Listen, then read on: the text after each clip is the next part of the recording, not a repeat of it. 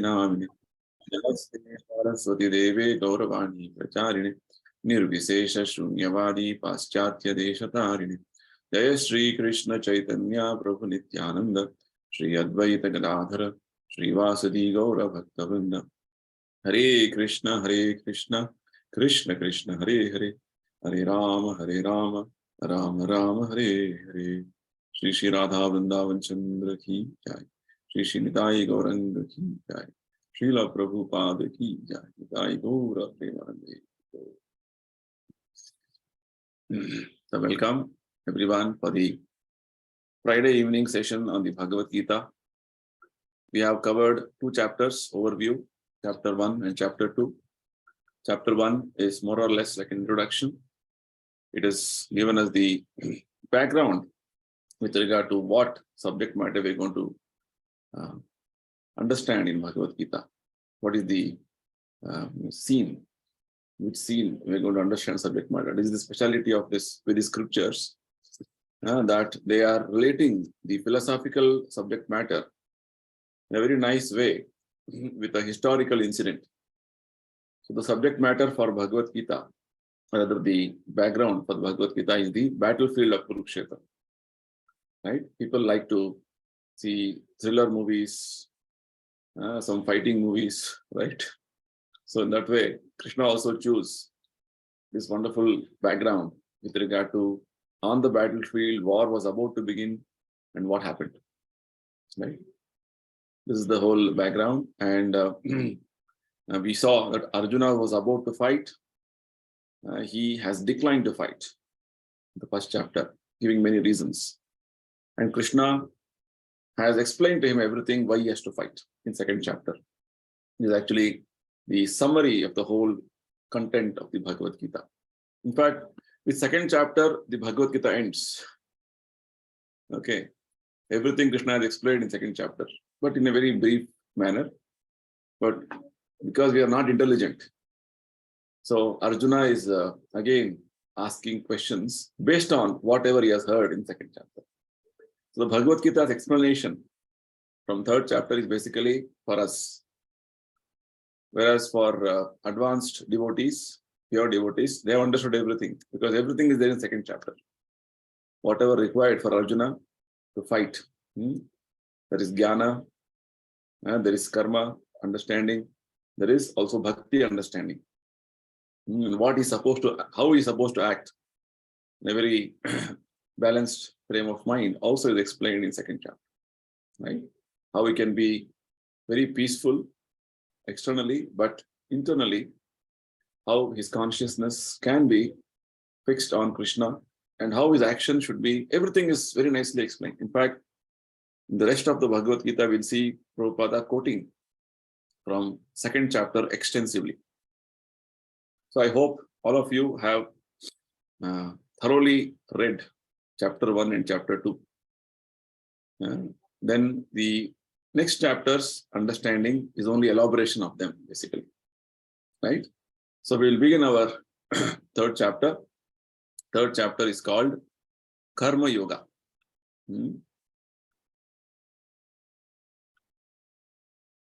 Right? So Karma Yoga, we will like to understand what is the meaning of Karma and Karma Yoga in our discussion today. This chapter is a very interesting chapter, and a lot of wonderful principles are revealed in this chapter again by Lord Krishna. All this is possible only by the wonderful explanations given by His Divine Grace, Srila Prabhupada, the founder Acharya of ISKCON, who has so mercifully explained to us each and every verse in a way that we can understand the real meaning, what Krishna wants us to convey. As it is message, what Krishna wants to convey, the parampara understanding, Prabhupada has conveyed to us. Right? It is called parampara. Parampara means the knowledge which Krishna wants to convey. That same message, the Acharya in that line of parampara has conveyed to us through his purports, through his various explanations here. So we owe a great sense of gratitude to Prabhupada for his wonderful contribution, Bhagavad Gita's contribution. So let's begin our discussion. The first two verses of this chapter is basically the question of Arjuna. So Arjuna has heard everything now, the complete knowledge, whatever Krishna has given in terms of the nature of the soul, and in terms of what he has to do as duty, prescribed duty, karma, and also how to do that duty, in what consciousness. Krishna says you have to do it in Buddhi Yoga, Krishna consciousness. And how practically you can do it, Krishna explained with regard to how a person in Krishna consciousness, he thinks, he acts, and he also interacts with various emotional aspects, the surroundings. All this we have understood in the previous chapter. So now Arjuna is asking in this verse number 1 a question. Krishna, you're telling me that performance of bhakti is very good, very great. That's what I've understood in whatever explanations you've given in the previous chapter. If that is better, then why are you urging me to fight again and again? Right? That is the question which Arjuna is asking. O Janardana, O Keshava, you urge me to engage in this ghastly warfare. Ghastly warfare means warfare. Again, that dilemma and that impression of war being very destructive, it's going to kill everybody and it's going to create harm, is continuing in Arjuna's mind. So basically, sometimes this question is something like, when you don't want to do something, no, you'll again take out some reason, some sort of a, bahana. Hindi mein bahana bolte hain, right? You take out some, some reason why I should not do this, right? It's like, why didn't you do your exam properly? The father asked the son. No, actually, I had read everything, but the questions are very tough. If you read everything, why didn't you answer? No, questions are very tough. Some reason you have to give, no? Sometimes we see our staff coming to our office a little late. I say, why are you late? No, on the way, a lot of traffic. You would have left your house a little early. No, I left very early. But traffic was so much, I couldn't reach on time. So sometimes you want to justify what you want to do eventually by giving different reasoning. Like that. So Arjuna's way of putting this question, Prabhupada says, Arjuna wanted to skillfully avoid the fighting by using Krishna consciousness as an excuse. This is the point. Okay. So, because Krishna has told so many things, in fact, this particular point Arjuna is speaking based on the verse in the second chapter, verse 49. You see, Krishna says, Durena hi avaram karma. Durena hi avaram karma, buddhi yoga dhananjaya. Durena means throw away all the fruitive activities, all the karma activities you throw away. And only do buddhi yoga, Krishna said. Right? Buddhau sharanavan vichya kripana phala hetavaha. If you do any activities which is going to only, create reactions, only these misers do, kripanas do. So, looks like this particular verse, Arjuna was very impressed. And he's using this as an excuse and wanting to present to Krishna. Krishna, you said, give up everything, don't do anything. Just you should do bhakti. So sometimes people also misunderstand. Bhakti means shanti. Spirituality means sitting silently, closing your eyes and meditating on something. That is what people think spirituality means. Right? And sometimes people also, have this understanding. Spirituality means you have to go to Himalayas, Badrikashram, Rishikesh, Haridwar. There you have to sit in a forest, and that is spirituality. So similarly, Arjuna's thinking here means common man's thinking of spirituality. Means that Prabhupada says Krishna consciousness is misunderstood to be inertia. Inertia is a scientific term, scientific word, which means no motion or static motion, nothing doing. Another meaning of inertia means laziness, right? Indolence, no activity, just shanti. There's a nice statement in Bhagavad called Shantam Anandam. Shanti, Shanti, Shanti. Everybody, that is what spirituality means. Right? So for them, no activity, everything should be nice, very good, very Shanti, no activity. I'm every day doing so many things, I'm now Shanti. There are many, courses being advertised. There is one course called Vipassana, you have heard. Right? In that is what is taught. 7 days. Should not bring your mobile. All Shanti, Shanti, Shanti. No activity. The mind become very calm. Right? This is what they teach. So, Arjuna thought, very nice excuse I'm getting now. Krishna has told only bhakti you should do. Buddhi yoga means spirituality. So, spirituality means you have to go to a secluded place. Secluded place means what? Jungle. Go and do meditation. Just like we see sometimes, sannyasi ban gaya. People say, you become sannyasi, gone away, everything, no interest in anything. So, like this, even in bhakti, sometimes people think, I'm fed up with my family life, or my business, and go away to Vrindavan. And what you will do? I'll sit in one remote area somewhere in jungle, I will chant Hare Krishna. This is what people think should be done.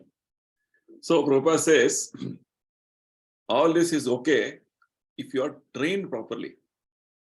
What is spirituality? What is Krishna consciousness? If you are trained properly, if you are mature enough with the understanding of the philosophy of Krishna consciousness, then you can do this. It's like even in Prabhupada's time, there were some disciples who used to imitate Haridas Thakur. You heard of Haridas Thakur? He used to chant every day 3 lakh holy names. Is equivalent to 192 rounds. Okay, I'll give some calculation. 16 rounds, which Prabhupada has told minimum we have to do, at least 16 rounds. It will take 2 hours. Okay. So 16 into 4 times is 64 rounds. Okay. 64 rounds will take how many hours? Tell. Around 8 hours. 8 hours. Okay, 8 hours. Okay, 64 into 64 is 64 plus 64 is how much? 128. So 8 plus 8, how many? 16. 16 hours. Another 64 you add. It becomes 182 rounds. So how many hours chanting? 8 plus 8 plus 8. Please tell. How much? 24. 4 hours chanting. Oh, then when I will eat, when I will sleep, what I will do? So this is the way Haridas Thakur was chanting. It's a very advanced stage. Sometimes devotees want to imitate this. No activity, nothing. And I want to just. So this is a sort of a misunderstanding. Sometimes people think getting away or running away from our duties and doing some spirituality, becoming a Baba, becoming a sadhu, becoming a sannyasi. Oh, very nice.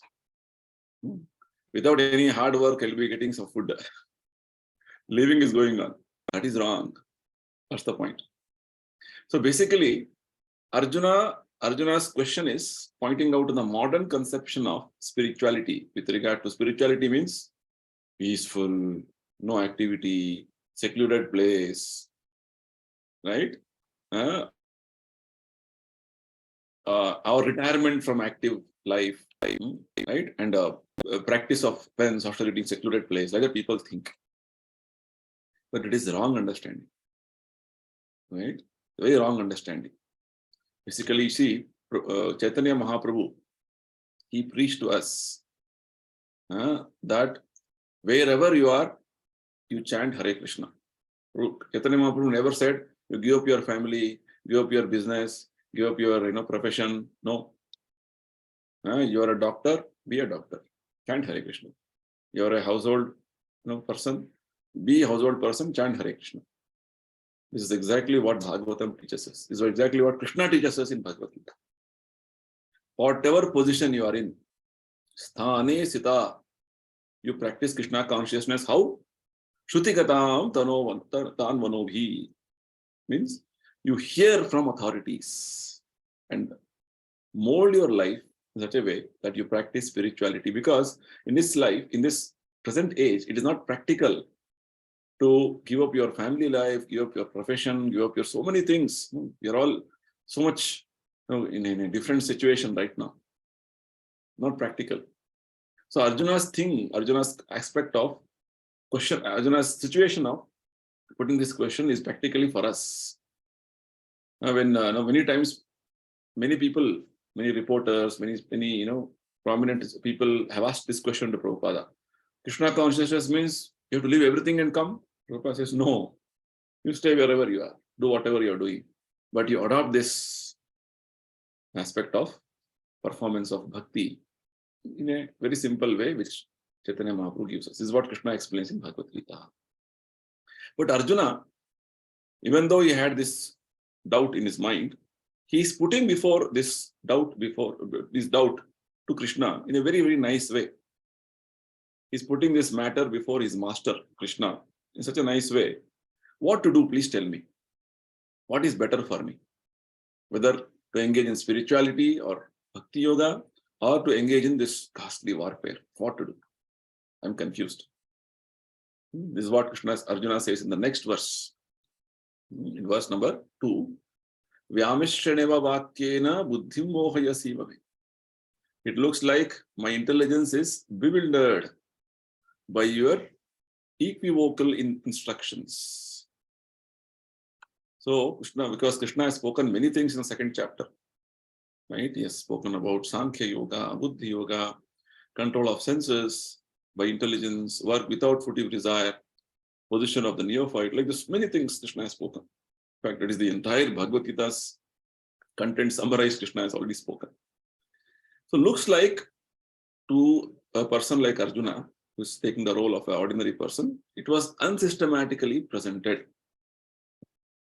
So this looks like there's a confusion, right? So contradiction is there, looks like.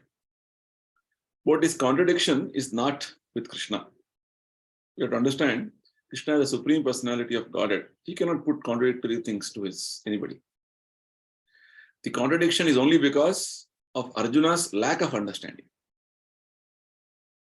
When something we have not understood properly, it is not because subject matter is contradictory or subject matter is difficult. No, it is because we are lacking that understanding, or we have not understood the subject matter in a proper way. It's our problem, not the person who's giving this knowledge, his problem. That is the point here. So Arjuna is telling, my intelligence appears to have bewildered, or rather it is confusing for me, Krishna, because so many things, this I had to do, this I had to do, that I had to do. Looks like it is very confusing for me. So please tell me decisively, Nishtitya, what is that I'm supposed to be doing? What is that beneficial for me? Right? So it is a very nice way of putting question to the spiritual master. As we know, Arjuna has accepted Krishna as his spiritual master. Earlier there were only friendly talks. Right? Friendly talks were not leading to any direction. So when Arjuna surrendered to Krishna as a disciple, Shishyasteham Shadyamam Tvam Prapannam, 7th verse, 2nd chapter. Right? Then Krishna started giving instructions to Arjuna. Right? So this is the way which Krishna also again explains later in the 4th chapter. This is the way a disciple should submit himself humbly to a spiritual master and ask questions. Tadvidhi pranipatena pariprashnena sevaya upadekshanti te jnanam jnaninas tattvadarshina. Right? So the point is, you have to first submit yourself to the spiritual master, surrender yourself. Not that spiritual master is accepted as some passion and you want to challenge. That is not the move. First surrender to spiritual master and submissively inquire and also serve him. The service mood, service attitude, you have to ask. This is the point. So this is what we can see. Even though apparently it is confusing for Arjuna, whereas there was no confusion. Krishna has very clearly mentioned what is what clearly. But it is because Arjuna's lack of understanding. Similarly, in our case, our lack of understanding, we feel it is very confusing. So basically, Arjuna's putting this question is to clear the path of Krishna consciousness, Prabhupada says. To whom? For all those students who are seriously wanting to understand the mystery of the Bhagavad Gita. Just see. The Bhagavad Gita is a mystery. Mystery means rahasya. Mysterious. You cannot simply read Bhagavad Gita and understand. No. It has to be understood through the explanation given by a pure devotee. Right? That is the point. It is called mystery, which means somebody has to reveal this secret to you. Otherwise, it will remain a mystery. So, these type of questions and answers, questions by Arjuna and answers by Krishna, and wonderful explanations by Srila Prabhupada is what is going to reveal to us the mystery of Bhagavad Gita. Because if we are serious students of Bhagavad Gita, we should understand all of them very nicely, very clearly. That's the point. So nicely Prabhupada is presenting the whole thing. So the first two verses is the question which Arjuna is asking to Krishna with regard to what is better. Because I understand that spirituality or practicing bhakti, buddhi yoga is better, and give up any activity. This war is an activity. I should not do this. That is very ghastly. It's not good at all. Right? I feel that is working, rather engaging yourself with spirituality is better than engaging any other activity. So please tell me what is correct. I'm confused. So Krishna starts answering now. So this is what we understood in this two verses. Renunciation or work. What I should do is Arjuna's question. Now Krishna will start answering very nicely in the next verses 3 to 9. What is known as Nishkama Karma Yoga. What is Nishkama Karma Yoga? Nishkama Karma Yoga. Kama means the desire. Nishkama means without desire. And Karma Yoga. Karma means any activity we do with the intention to enjoy the result of the activity. For example, a businessman does an activity. Why? Because he thinks after this business, whatever profits I earn, I'm going to enjoy with my family. Right? The student is working hard, studying. He feels that if I study nicely, I'll get good marks in my exams. It will help me in my future, with regard to getting a good job. Right? Everybody is working with some intention, desire. That is called karma. And with every action, there is a reaction. That is how karma is all designed in the material world. So here we're talking about, because Arjuna's way of putting question and asking this particular question with regard to what I should do is having a sakama karma. Means like some hidden desire is there with regard to his asking this question, with regard to moving forward in his action. Right. So Krishna here explains karma means any activity done for your satisfaction or your extended self-satisfaction by family, society. That is called karma. Whereas Krishna is going to bring about a wonderful concept in this beginning of this chapter by telling when you link up everything, the result of the activity, when you are working, you work with the intention that this work result will be enjoyed by Krishna. I'm doing business for Krishna. I'm doing my profession of doctor for Krishna. Like this, if you start linking every activity of yours with Krishna, connecting with Krishna, that is called karma yoga. Simple. I'm cooking for Krishna. I'm gardening for Krishna. Not simply thinking. You have to be practically doing it also. That's the point. Okay. So everything connected to Krishna. Krishna is the enjoyer. Krishna is the actually he is the beneficiary. This aspect, if you can somehow develop this consciousness, that is called karma yoga. That is what Krishna is teaching us. Nishkama karma yoga. So what does this actually mean? What should understand from this? I'll just briefly give a overview, then we'll get into the details of the verses. So this particular section from verse 3 to 9 describes the defects in the desire to renounce prescribed duty. Because Arjuna's case, what was happening? He is supposed to fight as a Kshatriya, but he's bringing out so many reasoning why he should not fight. And he's giving the reasoning that I should give up my fight, my duty of fighting. So what is the defects of giving up your duties and responsibilities? This section is going to explain. And it focuses on the following points, which is summarized in the verses. First, Krishna explains that as spirit soul, we are always active. Inactivity is not an option available at all. And so Krishna advises in this particular section that it is advised to perform our activities in a way that are directed towards self-purification and self-realization. Right? So Krishna is very nicely explaining to us that we as spirit souls are always active. We cannot be inactive. If you don't be active in a prescribed way, as per our nature, you'll be active in some other way. So better be active in a prescribed way for self-purification and self-realization. We'll understand this more clearly. I'm just giving you an overview so that you can get an understanding of what we're going to read in this next few verses.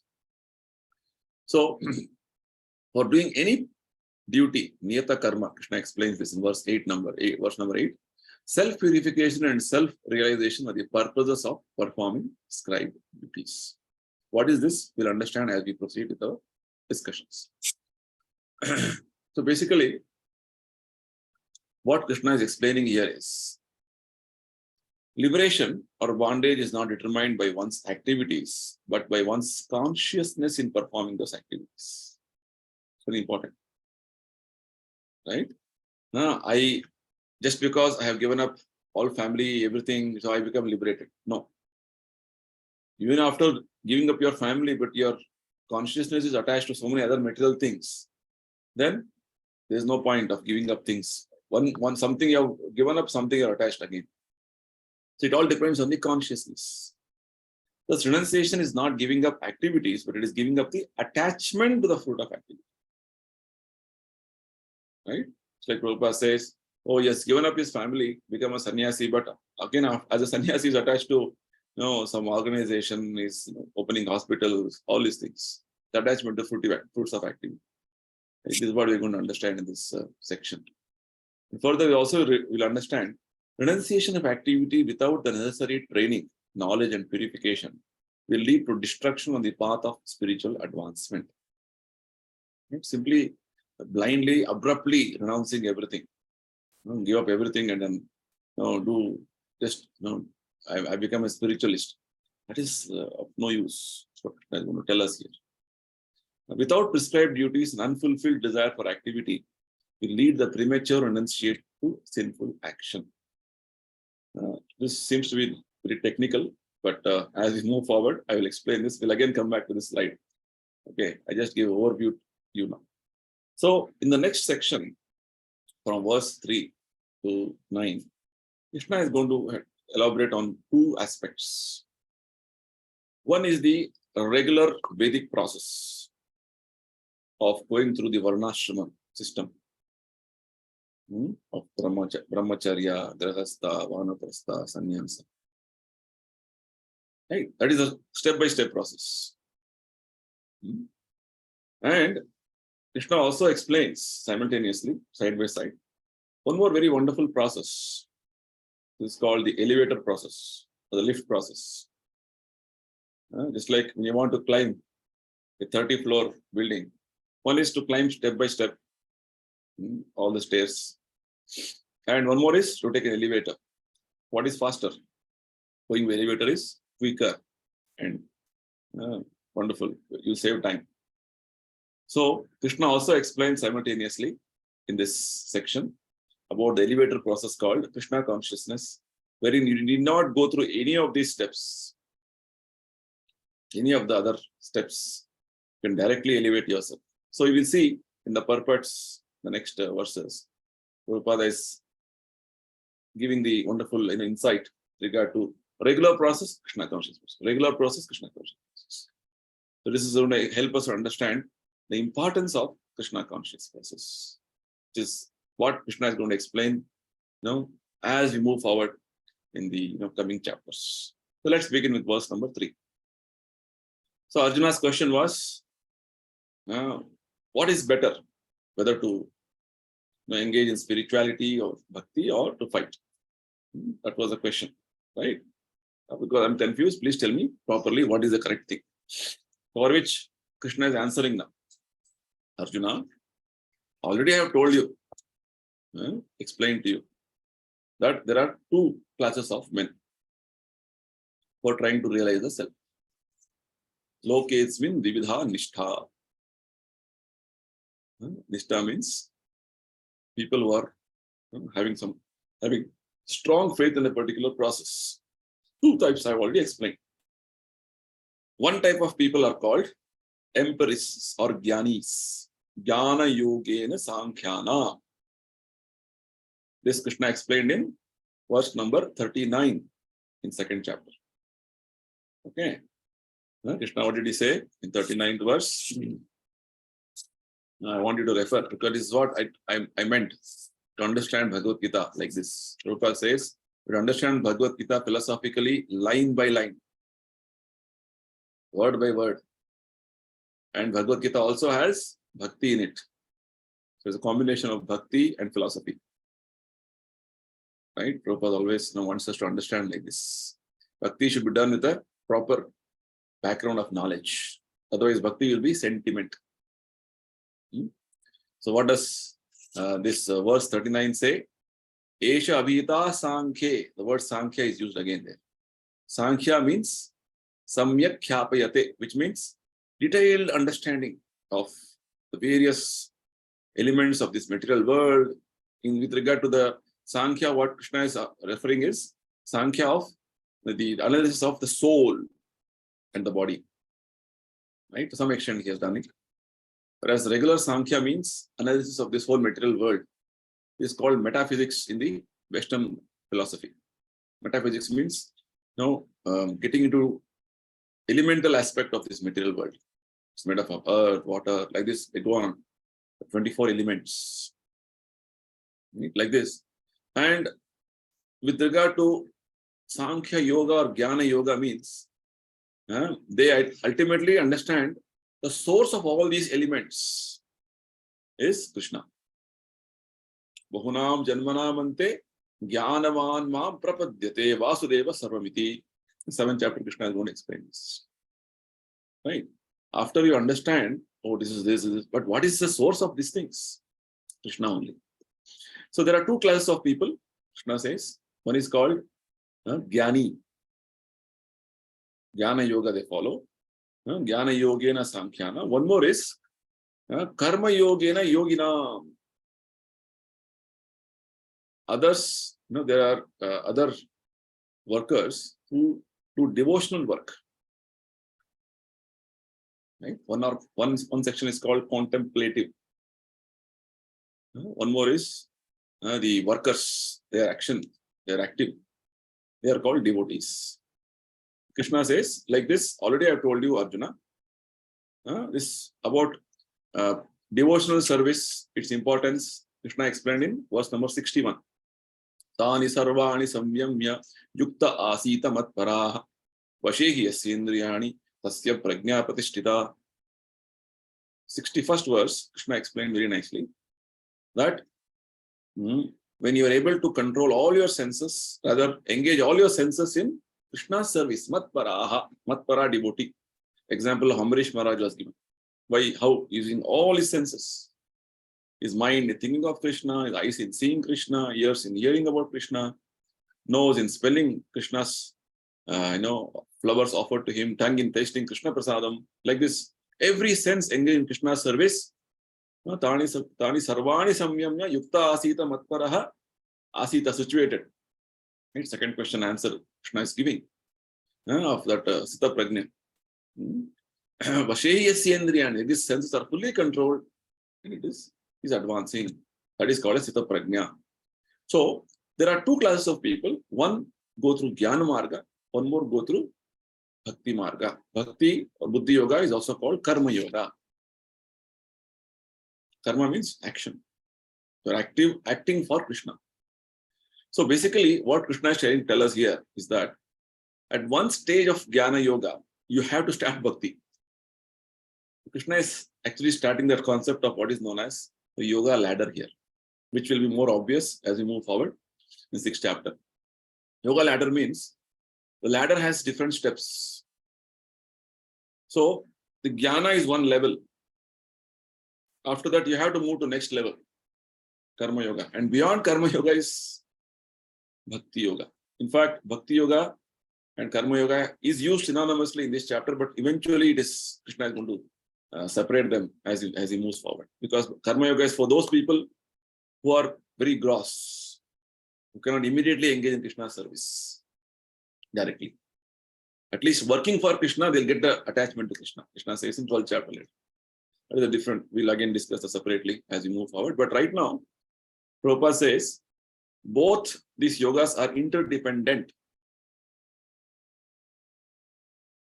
connected, as religion and philosophy. So, philosophy means getting into the depth of everything and knowing everything. Philosophy basically is a Greek word, which means knowing the truth. What is this world? What is this all about? I want to know. That is called philosophy. So Jnana Yoga is philosophizing it is. Philosophizing means knowing everything in actual reality. What is this? What is this? What is this? I want to know. I am not this body. I am not this matter. What I am? I am spirit, soul. Like this. So Prabhupada says, both should go interdependently and move forward. Then only result is better. Whereas with regard to taking it separately and not getting the final result, that is actually not recommended. It is not proper. Prabhupada says, religion without philosophy is only sentiment. Sometimes people say, I'm working for, for God, but no philosophy. Just like modern context, you see, Jai Shri Ram, but they don't know Ramayana. Now, what is there in Ramayana and what is there in Bhagavad Gita, right? But they will be very fanatics. This type of fanaticism or sentimentalism is not good. Whereas there are many philosophers, Gyanis, philosophize everything. Internal engineering they do. And so many wonderful things they propose. A lot of word jugglery they propose to people, and then intellectually they want to stimulate people. So this philosophizing and understanding truth, but finally there's no bhakti, no devotion to Krishna. So philosophy without religion is, Prabhupada says, speculation. Religion without philosophy is sentimentalism or fanaticism. So both of them are not correct. Right? Both have to be balanced. Prabhupada says, Bhagavad Gita is a combination of religion and philosophy. Right? So after philosophizing, what you're supposed to do? Simply glance at the sky. No, you have to do action. Aham sarvasya prabhavo matta sarvam pravartate iti matva bhajante maam buddha bhava samannita. 10th chapter Krishna says, after knowing that I am the source of everything, the devotee engages in full devotional service to me. This is the final result or the final outcome. Okay. So basically what Prabhupada is trying to tell us here is that the jnana process, the indirect process, which may lead you to the perfection but and may not lead you. I explain this in the other chapters also slowly, again and again. Whereas the bhakti process, which is a very powerful process and a very short process, is actually purifying process. See, other process, jnana process, slowly you come to the position of purifying yourself. Whereas bhakti process, you start purification with the very day one you start applying. Whatever is being told by Acharya, Prabhupada, you start following, purification starts. Prabhupada says that Krishna consciousness is better because it does not depend on the purifying of the senses with the philosophical process. The jnana process is very, actually very a long process, not easy for everybody, philosophizing, intellectualizing everything. Because bhakti is something anybody can do. Because Prabhupada says, Krishna consciousness is a self-purifying process. A direct method of devotional service is simultaneously easy and sublime. So, to begin the answer, Krishna said there are two processes, jnana, yoga, and karma yoga. Already I have told you about these things in the previous chapter. Now, Krishna says further, basically he's trying to point out the defects of Arjuna. That he has not understood things properly, what I want to communicate to you. So now next Krishna says in verse number 4 that there are people who think abruptly renouncing everything, then I'll be free from reaction of work. It's like there is according to Shankaracharya, unless you take sannyasa, means give up everything, then you cannot understand about who you are. This is the philosophy they have. And after that, they realize themselves as all of us are Narayana. You are Narayana, I am Narayana. And the patient also is Rogi Narayana. And the poor man, beggars are Darida Narayana. And the goat is Goat Narayana. Everybody is Narayana, Narayana, Narayana. Yes, all are having super soul, but they are not Narayana. That is the mistake they have. So, many times people think, sometimes we get some phone calls or some messages. Sir, we are very disturbed from family life. I want to give up everything. Come to your temple and join. Right? Well, don't worry. Tomorrow it will all be okay in your family. Continue, we tell. Because today you have fought. Tomorrow your wife will be again okay with you. That time you are feeling very emotional and want to give up everything. You have told, I'll give everything and leave house and go away. Krishna is telling, not by merely abstaining from work, one can achieve freedom from reaction. Right? I'll not do this, I'll not do that. Just like Prabhupada says, some it's jnana yogis, dhyana yogis, meditation and this jnana process, requires, I'll not see this, I'll not hear this. Just restricting them, restraining them will not artificially, Prabhupada is artificial. It will not stop your sense activity. This we have understood in the previous chapter very clearly. Prabhupada says, unless you develop a taste for service to Krishna, rasavarjam rasopyasya, 2.59, right? Rasavarjam rasopyasya, param drishtva nivartate, very important. See, again, Prabhupada repeats other quotes from second chapter again and again. So, basically, Krishna is pointing out that there are people that want to renounce everything, just like Mayavadi's thing, renunciation, sannyas le liya, perfection ho gaya. No, that is not possible. Sannyas, to take sannyas, you're supposed to have got proper purification in your heart. Only then you'll get perfection. That's what I mean to say. I meant to say in the slide which I showed you, that just abrupt renunciation will not give you purification. It has to go through this Vedic process of taking sannyasa is at a stage wherein you have properly understood the subject matter nicely, and you're no more attached to anything. Right? You've given up the sense of attachment to so many aspects. Right? Prabhupada says, without purification, one cannot attain success by abruptly adopting the fourth order of life. That is the point. So, basically, the Mayavadi way of renunciation is Krishna does not recommend this principle. Right? So, Prabhupada says, without proper purification, people simply take sannyasa. They are simply a disturbance to society. Right? Social order will cause disturbance because now slaughter is a very elevated stage of your consciousness. That's the point. So basically, in the Vedic way of life, there are some prescribed duties. As a student, brahmachari, there are some duties you have to do. After you become grahastha, there are some duties to be done. So you have to follow them. Only then you become purified gradually, and then you come to the level of sannyasa. Not abruptly. Whereas Prabhupada says, this giving up everything, family, etc., especially with regard to like how in ISKCON we have all joined. So Prabhupada says, if it is directly connected to Krishna's service, Krishna's mission, like how Prabhupada started, that is done. Even without discharging your duties. Sometimes, many times, people ask us, oh, you gave everything, your profession, your family, your parents, you joined temple, who will take care of them? The question people ask us. So for which Prabhupada answers, this is recommended in Bhagavad Gita. This is recommended in Bhagavata. There's a nice statement in the Bhagavata. Narada Muni instructing Vyasadeva. He says, Tyaktva sadharmam charanambujam hare.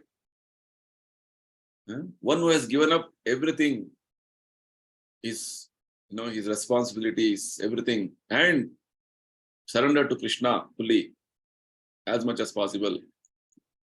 So that such a person, even though he may not be able to succeed in his activity of devotion due to some immaturity, due to some worldly attraction later on, bhajanna pakko atheta patet tato yadi.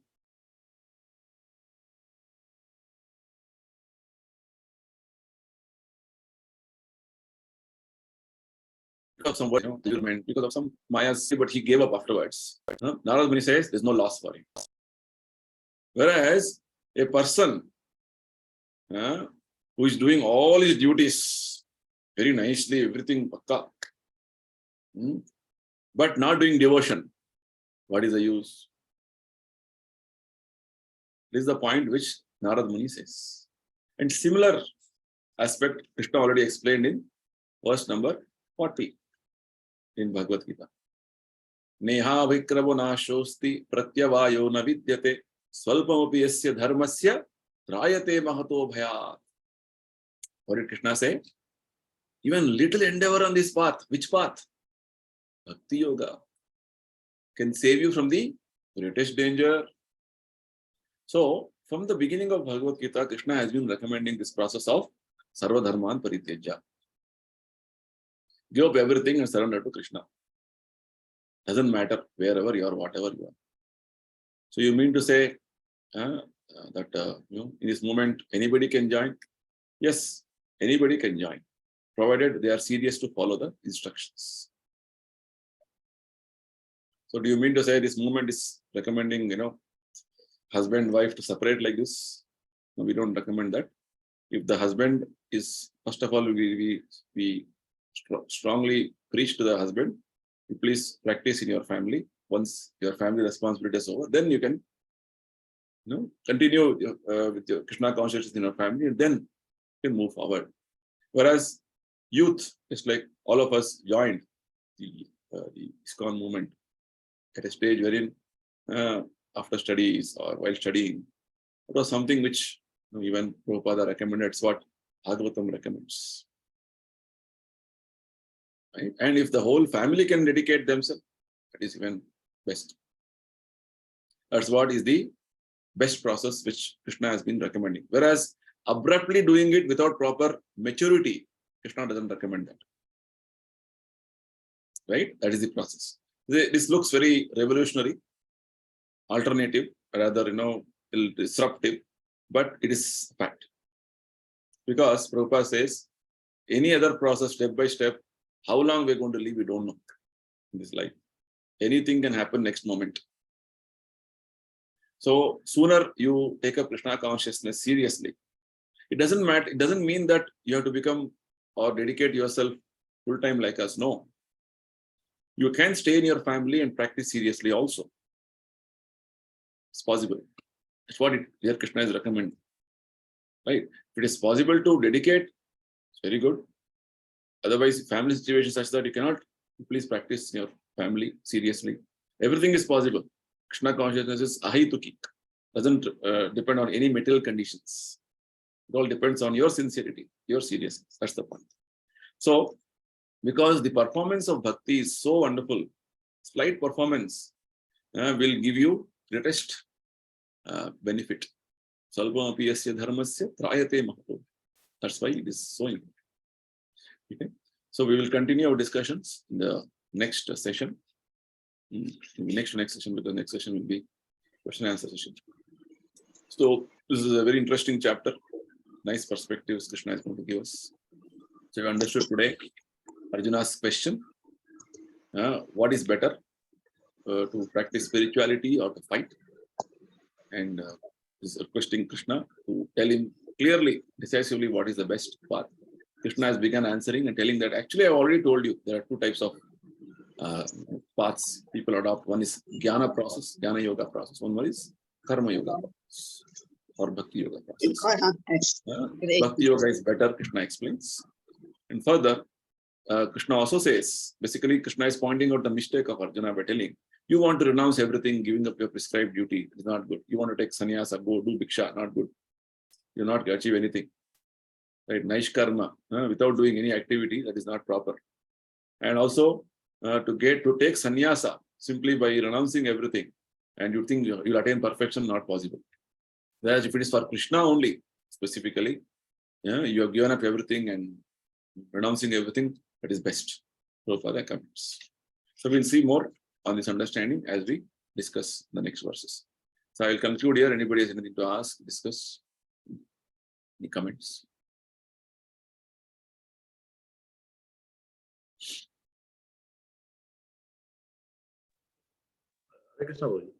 Yes, Deepak,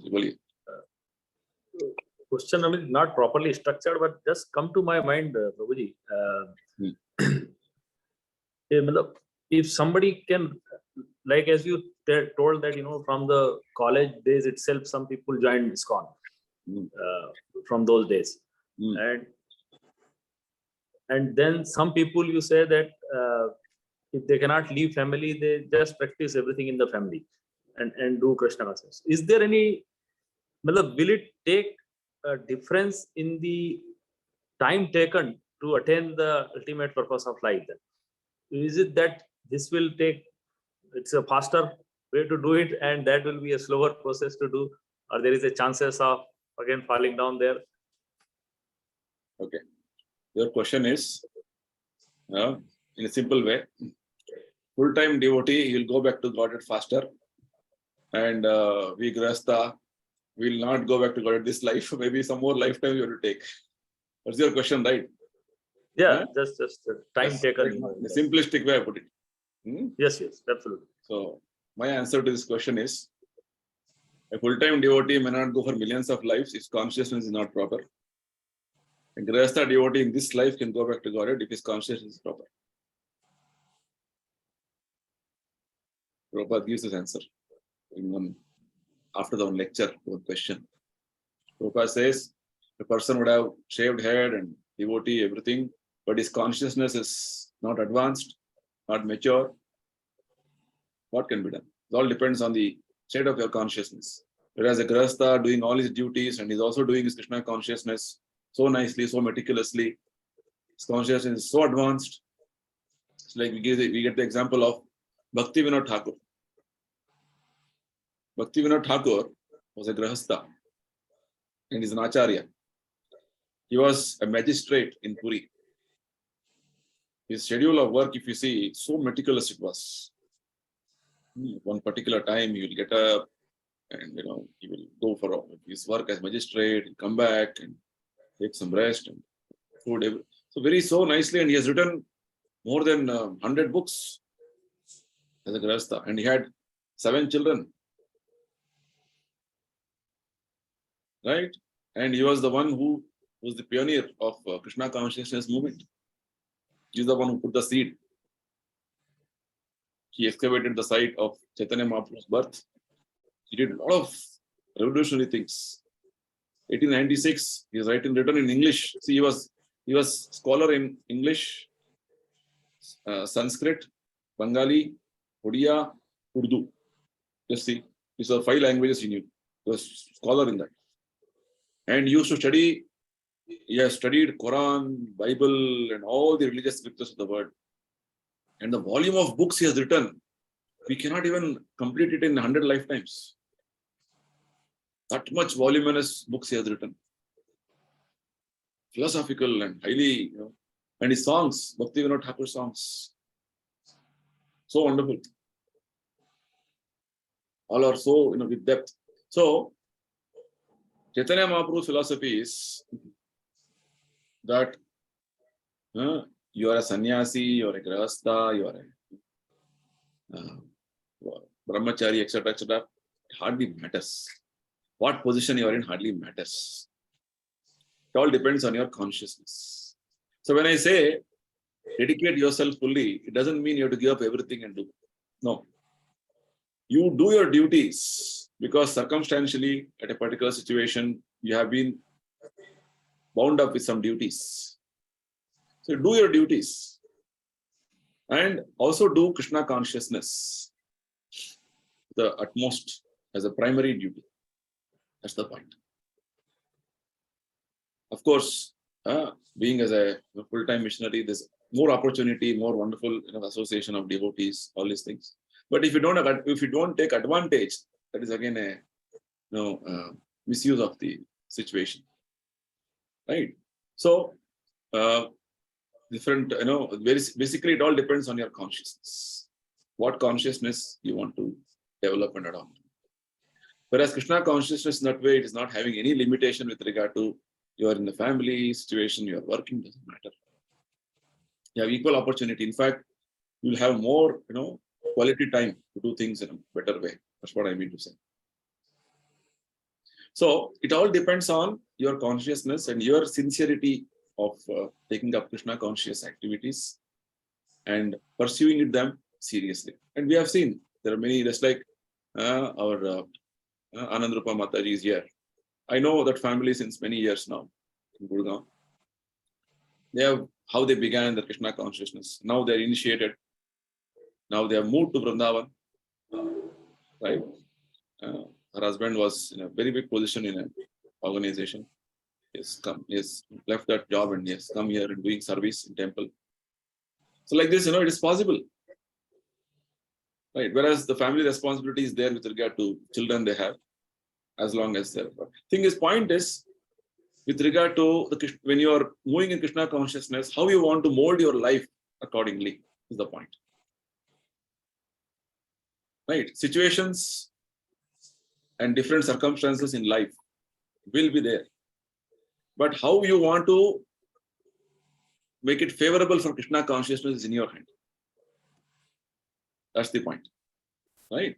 So otherwise, situations are like this. I can't see. No situation is such that it will entangle you or bind you. Because Krishna consciousness means ahituki apratihata. Right? Today we are reading one nice statement in Bhagavatam. Dhruva Maharaj pastime. It is mentioned Dhruva Maharaj ruled the earth for 36,000 years. Satyayuga. 36,000 years he ruled. And how did he rule? It is said he enjoyed the results of pious activities and he diminished the impious activities or sinful activities by performing austerities. Very nice explanation Prabhupada gives. He says how by performance of pious activities you have got a stock of what is known as punya karma. The punya karma should be enjoyed in a regulated way, in an authorized way. If you enjoy unregulatedly, unrestrictedly, unauthorizedly, it is going to give you papa karma. Right now, people are trying to enjoy things unregulatedly, unauthorizedly, illicitly. Whereas, when it is regulated way, you enjoy the way the scriptures recommend. That is called punya karma. Enjoying the punya karma. I'll give you an example. If you are with your wife and children, it's an enjoyment. It is punya karma. And you're restricting yourself to wife, children, family. You're restricting with enjoyment to that. Otherwise, nowadays people are all want to have different partners, live-in partners, online partners, so many things. That is there, then that is again illicit. Not satisfied with one wife. You have many girlfriends, many boyfriends. That is illicit. That's the point. Whereas impious activities, that also is there in our prarabdha. Prarabdha karma. So many sinful activities we have done previously, reaction is there. That can be burned out by performance of austerities. Prabhupada recommends simple austerities. Getting up early morning every day. Staying in the house also, can you not get up early morning for Mangalarati every day? Every day you can, provided you are determined to do it. Following Ekadashi, Prabhupada says, following Ekadashi, you can follow wherever you are. So wherever you are, follow the principles of Krishna consciousness. That's the point. And Prabhupada further writes, devotional service performance as recommended by Acharyas is the highest punya. Highest austerity. Like chanting Hare Krishna is the highest austerity. You can simply chant and hear every word nicely. What happens? You're doing the highest austerity, which is possible for everybody. It's going to burn away all your sinful reactions. In fact, Krishna says, if you can simply chant once properly, nicely, scriptures say, it will burn away so many sins that you cannot even perform. Heaps and heaps of sins it will burn away. Then why so many sins are still there? I've been chanting 16 rounds every day. That is why, because very nice today it was explained by Madhupani Prabhu that see, Krishna is trying to manage your deep-rooted desires and attachments, and is trying to utilize them to further your bhakti. Because everything is washed away, then there is no opportunity for you to mold yourself as a nice devotee. Just like when you see a businessman who has started from scratch and has become a big man, he knows the value of money, every paisa. Right? Similarly, a devotee going through all the ups and downs, difficulties, challenges, and his consciousness is improving day by day.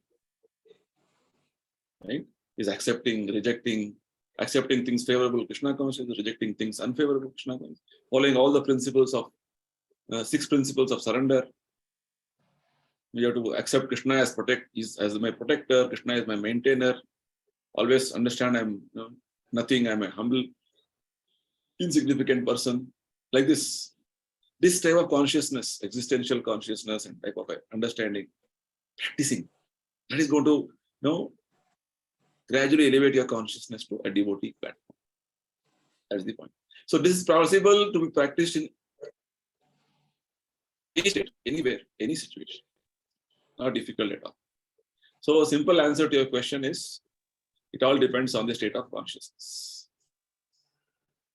How you want to advance. Don't go by dress.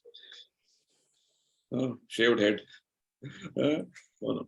Prabhupada says, a person with pant, shirt and mustache and everything, he may be more advanced. Right? Possible. So we should not go by externals. So Prabhupada says external is only one uniform. What is important is your consciousness. That's why it's Krishna consciousness. I hope I've answered your question. Yes. Hare Krishna. Thank you. Thank you. Other clarification, question, comment? Okay. I think we have already overshooted our time. I wanted to cover 9 verses, but I could only cover 4 verses with the explanations which is going on. Anyway, doesn't matter. We'll go with the speed only. I cannot run. I have to walk only. Fine. So thank you, everybody. We'll again meet next week with question and answer session. Hare Krishna. Yes. Hare Krishna. Hare Krishna, Thank you, Prabhuji. Prabhuji. Thank you, Prabhuji. Hare